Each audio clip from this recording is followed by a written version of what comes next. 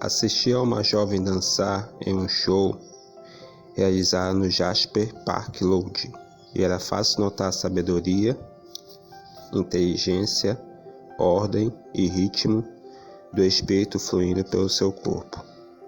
Ela foi aplaudida com entusiasmo depois da apresentação e mereceu todos os elogios por um trabalho bem feito.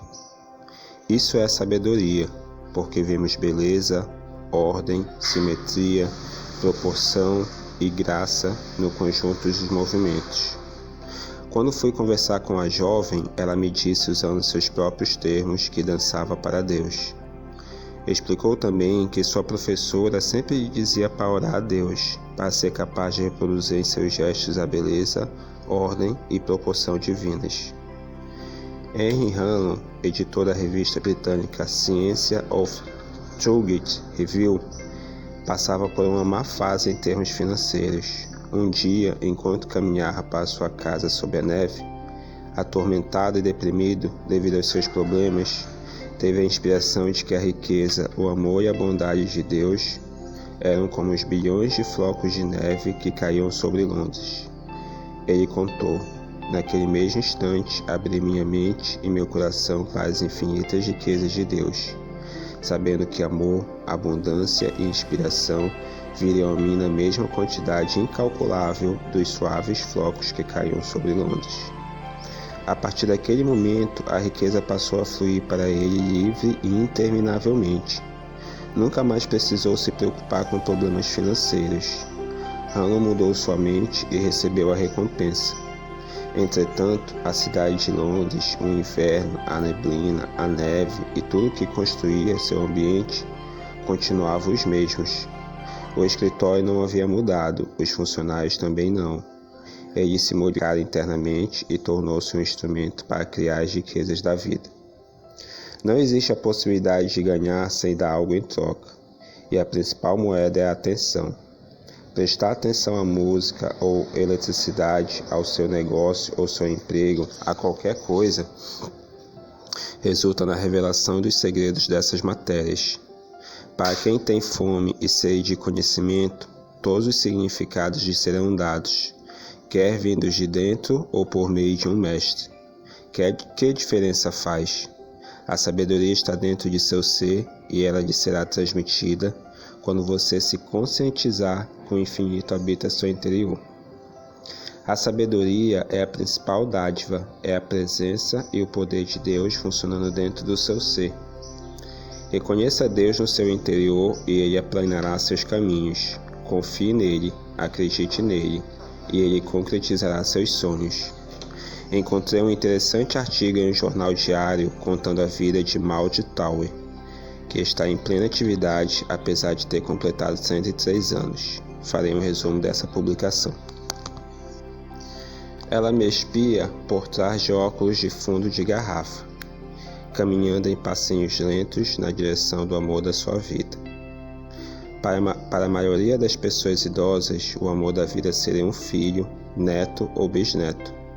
Mas para ela, a coisa mais importante é seu automóvel, um carrinho movido à eletricidade.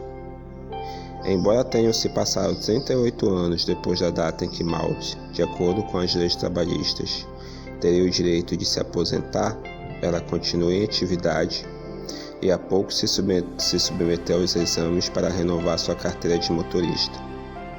Maud Tower figura entre os 10 motoristas mais idosos do estado da Califórnia. Tão saudável e conservada aos 103 anos que dá a impressão de ter 65. Ela trabalha numa imobiliária 7 dias por semana e cuida da contabilidade no departamento de hipotecas. Extraordinário, não é? Eu jamais pedirei a aposentadoria, afirma. Se parasse de trabalhar, iria morrer de fome. Com a miséria que a Previdência paga para os velhos, não sei como viveria. Assim, não preciso pedir favores a ninguém. Tenho minha própria casa e posso fazer tudo o que eu quero. A senhora Toure mora em um prédio de apartamentos em Inglewood. Sua melhor amiga, Ida Gleason, que tem apenas 93 anos, mora no mesmo edifício. Elas percorrem diariamente as ruas movimentadas de Inglewood, dirigindo-se para o supermercado, o banco ou o parque, onde adoram passar algumas horas jogando cartas sob a sombra de uma árvore frondosa. Malditaudi só começou a dirigir depois da morte do marido. Ela tem paixão pelo seu automóvel, o lustroso carro elétrico marrom e branco, com lugar para 2 pessoas. Ele não faz mais do que 40 km por hora, mas quem o vê andando pela rua imagina que anda mais rápido do que isso. A senhora Tolle o guarda sob uma capa impermeável para proteger a pintura e toma muito cuidado ao abrir e fechar as portas para conservá-las como novas. Depois de preparar o amigo do seu coração para sair, ela e a alegre senhora Grayson se acomodam nos assentos e com o zumbido suave do motor elétrico lá vão as duas, prontas para mais um dia de intensas atividades. Interessante, não? Essa senhora ama a vida e paga o preço necessário. Dá atenção à vida, está interessada nela. Não quer depender de ninguém e gosta de ser útil, de fazer o seu trabalho com alegria e disposição. Serenidade, tranquilidade, bom humor e boas risadas. Isso é o que os mantém jovens de coração. Paciência, amor, alegria, harmonia, bom humor, boa vontade, bondade e gentileza jamais envelhecem, são eternos. O princípio vital também não envelhece, porque é eterno, não nasceu e nunca morrerá. Envelhecemos quando nos tornamos amargos e rancorosos, quando não disfarçamos uma falta de boa vontade com os outros, quando só pensamos no mal que aconteceu no passado. Essas emoções e pensamentos corroem a alma e nos fazem parecer idosos, não importa qual seja a nossa idade. Darei mais um exemplo de uma pessoa que se dispôs a pagar o preço. James Watt, o inventor da máquina a vapor, que trouxe um enorme progresso para a vida da humanidade, sempre afirmou que tivera uma visão sobre ela. A máquina veio a mim praticamente pronta, eu não a criei, apenas a aceitei, dizia. Watt nasceu na Escócia em 1736 e teve pouca educação formal, mas como era muito habilidoso, trabalhava no conserto de aparelhos mecânicos. Um dia, em 1964, um cliente veio à minha oficina trazendo uma máquina que tinha apresentado defeito. Esse evento mudou drasticamente a minha vida. Era uma máquina a vapor da marca Newcomen, muito primitiva, que às vezes é usada nas minas de carvão para bombear água para fora dos túneis. Tinha uma baixa eficiência e gastava uma quantidade excessiva de dinheiro para funcionar. Enquanto Watt consertava a geringonça, concebeu a ideia de uma máquina a vapor que não apresentaria nenhum dos problemas encontrados na Newcomen. Entretanto, Watt não possuía a instrução necessária para transformar sua ideia em realidade. Em um domingo de maio de 1766, ele caminhava no parque de Glasgow, pensando como seria possível construir aquela máquina. Ele contou: "Tive uma visão e nela vi a máquina a vapor com todos os seus detalhes. Pouco depois eu já tinha tudo arranjado em minha mente." Na manhã seguinte, ele chegou bem cedo à sua oficina e em menos de 12 horas construiu a extraordinária máquina que domesticou o poder do vapor. Watt patenteou a invenção em 1781 e entrou com um pedido de patentes adicionais em 82. Desde essa época até nossos dias, houve pouquíssimas modificações do seu funcionamento. Pouco tempo depois, o invento de Watt estava ganhando lugar nas fábricas, substituindo homens e animais e desencadeando a Revolução Industrial. Por isso é que sempre repito que é possível termos uma ideia que valerá uma fortuna, que dará emprego para milhares de pessoas. James Watt pagou o preço com a moeda da atenção, interesse e dedicação, quando percebeu que poderia trazer uma máquina que beneficiasse toda a humanidade. Há certas qualidades que contribuem para o sucesso profissional, na vida. Posso citar, por exemplo, o nascimento de uma família de posses em um país ou classe favorável, ou vir ao mundo com talentos físicos ou mentais, algo fora do nosso controle. Mas as que realmente importam são as que podemos modificar, e entre elas nenhuma é tão crucial como a qualidade da persistência. Procure uma biblioteca e pegue uma biografia de qualquer homem ou mulher que foi capaz de fazer uma contribuição duradoura para o progresso da humanidade. Alguns eram brilhantes, outros mostravam uma persistência incomum. Examinemos o caso de Albert Einstein.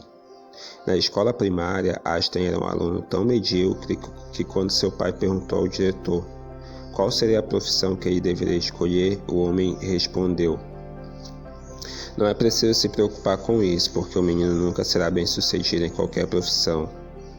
Einstein tornou-se um dos maiores cientistas e intelectuais do século XX, e talvez o maior físico de todas as épocas, mais em função da sua persistência e determinação do que por algo de genial.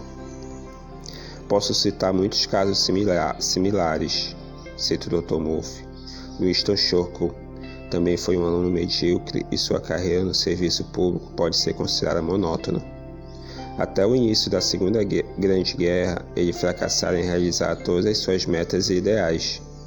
Mas, mantendo-se ativo e alerta, ele estava preparado para a rara oportunidade de liderança que lhe surgiu aos 66 anos. Em 1941, numa idade em que a maioria dos homens está pensando em aposentadoria, Churchill tornou-se primeiro-ministro e levantou os direitos dos seus compatriotas e de todo o mundo ocidental. Desempenhou seu cargo com a tenacidade de um bulldog e acabou sendo considerado o maior líder político do século XX. Ele pagou o preço, dedicou toda sua atenção, devoção, lealdade, persistência ao desejo de vitória e sentia que havia um poder maior que o ajudaria a salvar a Grã-Bretanha. A história do maior estadista norte-americano não é uma cadeia ininterrupta de sucessos, mas nos oferece um exemplo de persistência incomum. Ele faliu nos negócios aos 21 anos, foi derrotado na eleição para a Assembleia Estadual em 1833, mas tentou novamente e conseguiu ser eleito em 1835. Sua namorada morreu em 1835 e teve um colapso nervoso que durou até 36. Depois de sofrer uma série de derrotas políticas, conseguiu ser eleito para o Congresso em 46, mas fracassou ao tentar um segundo mandato. Seguiram-se novas derrotas políticas, até que em 1860 foi eleito presidente dos Estados Unidos. Esses são apenas alguns pedaços da vida de Abraham Lincoln. Franklin Delano Roosevelt, presidente que governou os Estados Unidos por mais tempo do que todos os outros, ficou com uma grave deficiência física em função da poliomielite e cumpriu seu mandato confinado em uma cadeira de rodas, enfrentando as dificuldades resultantes de épocas de grande depressão econômica e devastadora guerra mundial. Um dos grandes talentos de Roosevelt era a capacidade de se comunicar com o público e ele colocou em prática usando o rádio, que na época lhe dava acesso direto a toda a população norte-americana. Essas transmissões eram chamadas de conversa ao pé do fogo e pareciam ser feitas de improviso, como se o presidente estivesse conversando com o cidadão diante da lareira da Casa Branca. Entretanto, em um museu de Nova York há uma vitrine com 8 rascunhos de um dos famosos discursos do presidente. Ele trabalhava com dedicação e afinco até chegar à declaração que considerava mais adequada para fazer ao público. Qualquer ouvinte de rádio acreditaria que Roosevelt falava de improviso, mas a história era bem diferente. Ele passava horas e até dias recolhendo os dados e informações vindas de um grande número de assessores e especialistas, e depois escrevia e depurava o texto até lhe dar um tom informal. Isso é dedicação e procura da perfeição. Churchill inflamava os britânicos com seus discursos e todos pareciam ser feitos de improviso. Seus biógrafos, porém, contam que ele passou a maior parte de sua vida como primeiro-ministro brilhando seus discursos para conseguir o melhor resultado. Passava horas a fio andando de um lado para o outro, conversando consigo mesmo, pagando o preço da perfeição.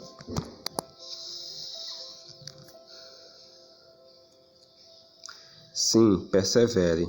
Nada no mundo é capaz de substituir a persistência. Existem muitas pessoas talentosas que nunca conseguiram fazer sucesso. Muitos gênios também não receberam o reconhecimento que mereciam. A instrução sozinha não leva ninguém ao sucesso. Somente a persistência e a determinação são onipotentes. A atenção é a chave do sucesso. Ela vem da conscientização espiritual de que a presença de Deus deve vir em primeiro lugar na sua vida, do reconhecimento de que Deus é o único poder, causa e substância. Devote-se totalmente a Ele, faça uma aliança com Ele. Conscientize-se de uma vez por todas que Ele é seu guia, conselheiro, orientador, ajustador, pagador, a fonte de todas as bênçãos. Não existe outro poder. Pense nas maravilhas que aconteceriam na sua vida se você devotasse atenção, dedicação e lealdade a essa grande verdade. Entretanto, enquanto você dá poder a paus e pedras, a coisas criadas, a homens e mulheres, ao clima, a areias, ao ácaros, veja quantos deuses cria em sua vida. Uma condição não cria uma outra condição, uma circunstância não cria outra. E aceitar essas hipóteses significa que você não está disposto a pagar o preço. A conscientização da presença divina é a grande iluminação, a palavra final. Quando você despertar para esse fato, se tornará um verdadeiro estudante da verdade.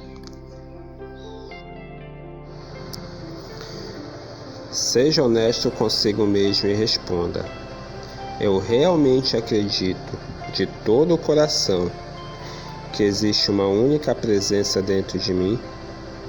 Ou concedo poder ao mundo objetivo, às estrelas, ao sol, à lua, ao clima, karma, vidas passadas, feitiços, entidades malignas ou ao diabo? Essas coisas não existem e ponto final. Não há lugar para demônios, só existe eu sou e nada mais. Uma vez perguntaram ao juiz Trovald o que faria se todos os feiticeiros estivessem trabalhando contra ele, fazendo a oração da morte, derramando maldições sobre sua vida, e sua resposta foi curta e grossa: pura besteira. Por que ele agiu assim? Porque sabia onde estava o poder, e na sua crença não se encontrava nessas criaturas sinistras. A sugestão só se transforma em um poder se você a aceitar. Mas não é o poder. Sou um Deus ciumento, disse o Senhor. Nesse sentido, ciumento significa que não devemos ter outros deuses, porque no instante que concedermos poder a qualquer outra coisa criada, a mente se divide e cria instabilidade.